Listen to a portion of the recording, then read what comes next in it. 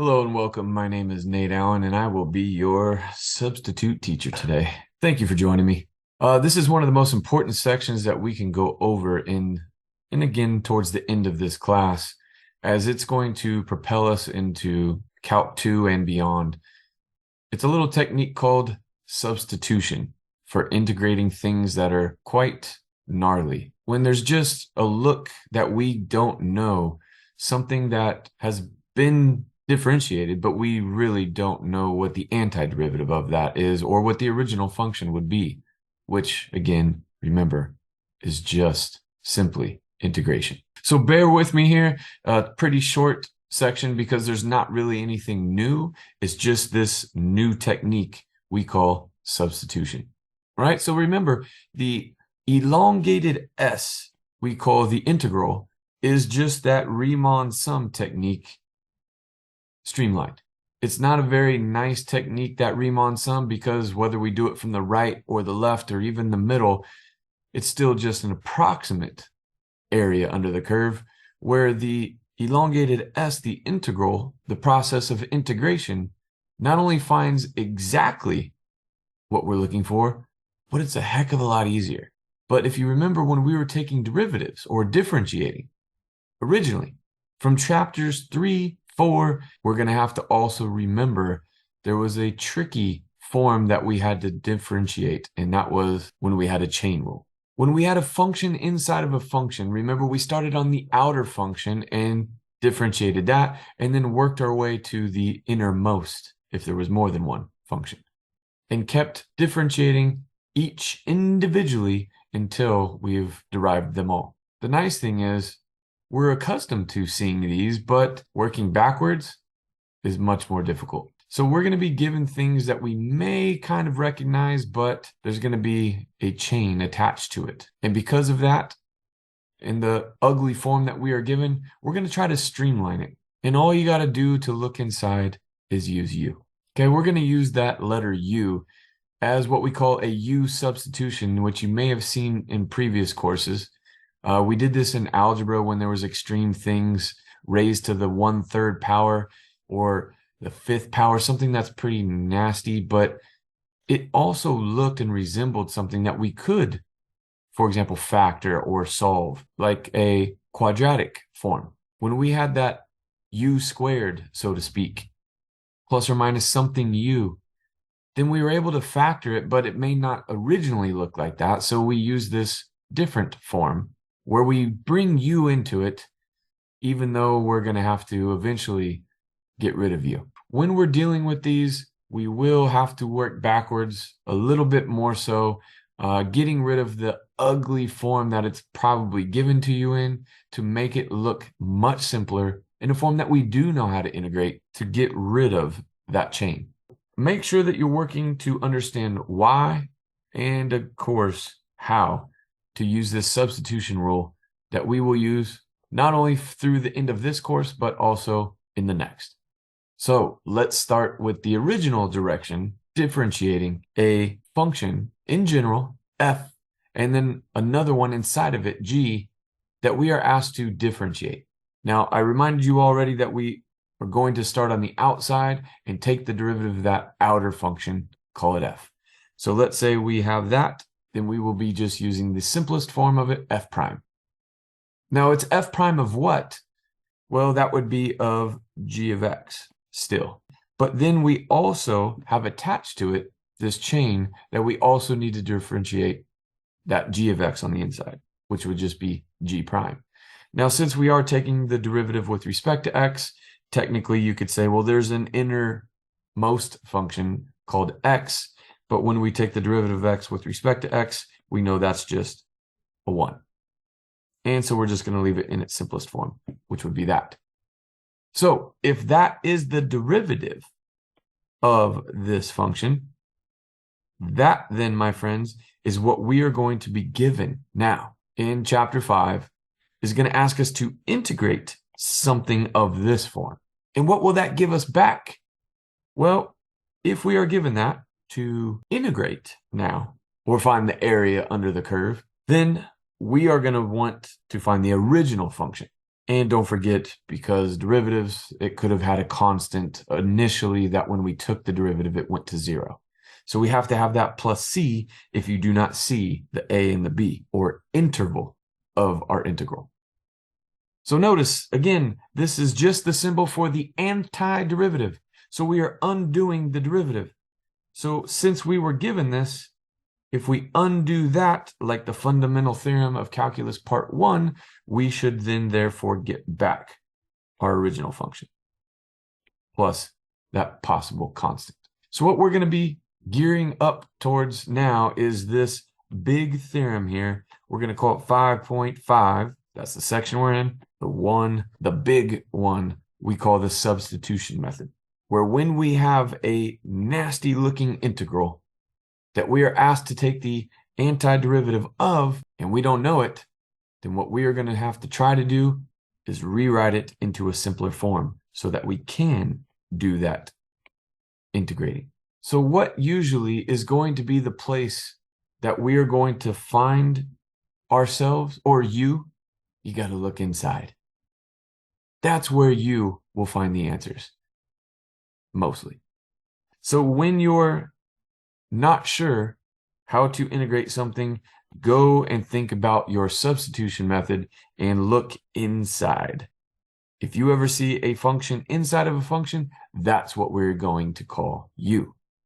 Now, if that's what we're calling u, we're going to let that equal g of x. Then, of course, since we're dealing with derivatives, we want to know what the derivative of u is with respect to x. Now, this is a generic version, so the derivative of g of x is just g prime of x. But remember, we want everything, just like this one has, all of them in terms of x. We then want to rewrite this nasty old integral in terms of something that's much simpler, which we said we're going to replace it with u's.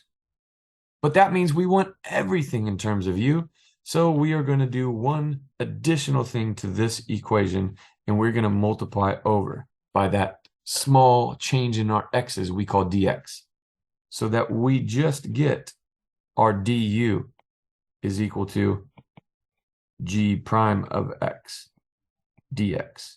Because now if I have these two things that we defined, we can then rewrite all of this as something much simpler, namely what a lot of you have probably been wanting to tell me all semester, f of u is how we can now rewrite this, because we said by definition that that was our u. And this piece here, therefore, is actually our du. So we can now take this nasty integral, f of g of x times g prime of x dx, and we can rewrite this whole thing as f of u du. And that then allows us to take the antiderivative, or integrate this simplistic, or at least much more simplistic function, f of u du, and rewrite it as capital F of u. And of course, that plus c, unless there was an interval on our integral from a to b, then we'll have to use the fundamental theorem part 2 in order to evaluate and find the area under that curve from that a to that b, which we'll get to. But of course, remember, we introduced that u. You were not in this problem originally. It was all the x values. So unfortunately, you have to go back to your x. All right? I know it can be difficult, but let's give them the benefit of the doubt. Let's be the bigger people here. Now, remember, that's why I like to go off to the side and actually write down what I let u equal, and then go and find the derivative of that u, so that I have everything off to the side and I don't have to go and figure out and do more work. It's already there. I can replace my u with what we originally said it would be, and that was the antiderivative, or capital F of u, which we are now saying is g of x still, with our plus c. So I know it may be a little confusing with just generic letters and this theorem or definition that we're trying to explain, but it will get easier with repetition and getting a few different looks at these things. All right, and as long as you know your derivatives, these antiderivatives will get easier when working with them. So as I mentioned before, we also need to know how to use substitution for definite integrals, not just the indefinite, that were not defined over some interval. This substitution technique can also be used for these definite integrals. Now, there's actually two ways to do them, but I would like to just go through one, even though I'll explain both, just to give you the option. But I'm going to suggest highly that you use and keep your u's rather than having to go back to the x's and use those original a and b. We're going to change it. If we're going to change the whole integral to look simpler with u's, then that means all we got to do is change our parameters. The a and the b, which are all in terms of x here, as you can see, I can then just change these. Since I'm going to change all of this to be in terms of u, I can also change my upper and lower limits or interval in terms of u as well. Okay, so let's rewrite this first of all. How would that look? By definition, we said we can choose u to be whatever you want in this life. So how are we going to figure that out? We said we're going to look on the inside. And the inside function here would obviously be that g of x. So that's what we're going to be calling the u. And therefore, the derivative of that, or du, would just be du over dx with respect to x, because that's what we're dealing with. So that's going to be our g prime of x. But remember, we're just going to multiply over that dx. And I don't want to have to do that every time, so we'll just end up doing that step without actually physically doing it, which allows us to rewrite this as our u and all of this as our du. And therefore, have an integral that is f of something much simpler. We're just calling it u. And all of that other stuff attached to it is just the derivative of that u. But notice, I did not include my parameters, my upper and lower limits of a and b, because that was for this function with this variable x. So all we have to do is change our parameters to be in terms of u as well. And remember, one of the secret sauces to all of mathematics, if you can get one equation with one variable in it, then you should be able to solve. And if you want to know what u is in terms of x, there's my u, here's my equation with x's in it. All you therefore have to do is plug in the a for your x to that g function, and that will give you what it would be in terms of u for that lower limit a, and then do the same thing for b to get it in terms of u. So that's going to end up making this look like, and I know some of you are looking at that like, whoa, I don't know about that's not worth it to me. Well, first of all, you may not know how to integrate that, so you're going to have to know how to do this. Secondly, when you define what g of x is, that u value, and you take the b and plug it in, what does that mean you're typically going to get out? You're going to get out some number. Now, for now, we haven't defined what g of x or f of x or any of these things are yet, so that's why it's written like this for now. But remember, these will just be different values or numbers than the original. Could even give you the same, but just trying to make it known that therefore what we will be tasked with doing is using that fundamental theorem part 2 that we learned earlier in this chapter, and we will be integrating this to find the antiderivative we usually call capital F, plugging in the top and then subtracting by plugging in the bottom. And that would look like, which again, remember, could be some other simple number or even the same thing. Now that's using the u's. Let's say we wanted to use the x's. How would that differ?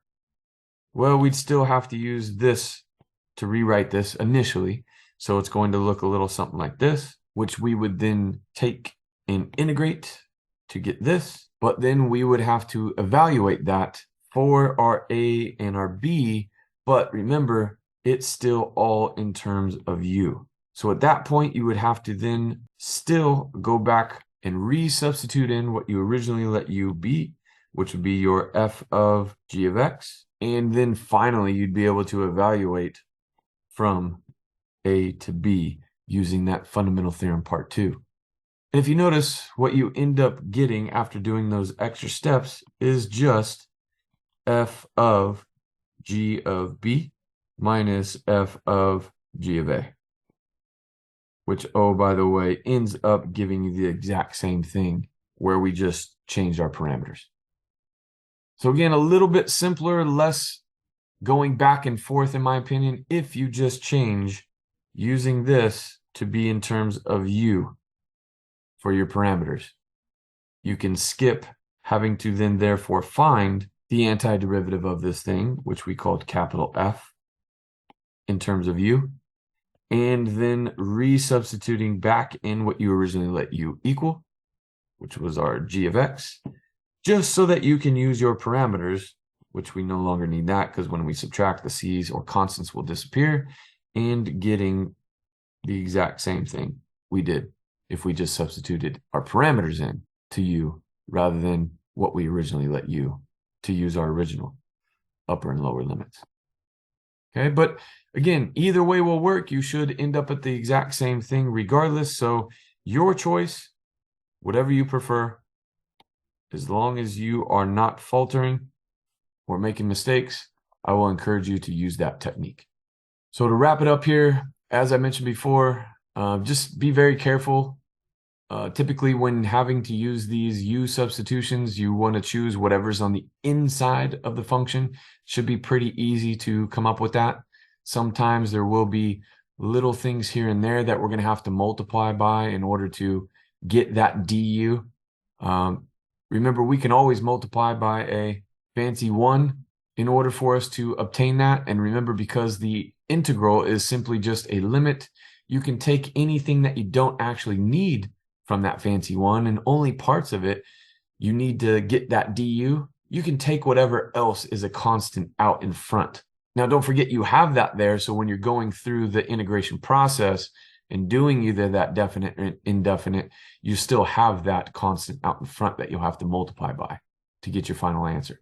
Otherwise, we just need to practice this stuff. So we'll definitely be doing that in class. So look forward to you guys coming prepared and ready. And don't forget, you can do this. Have a good one, everyone. Look forward to seeing you soon.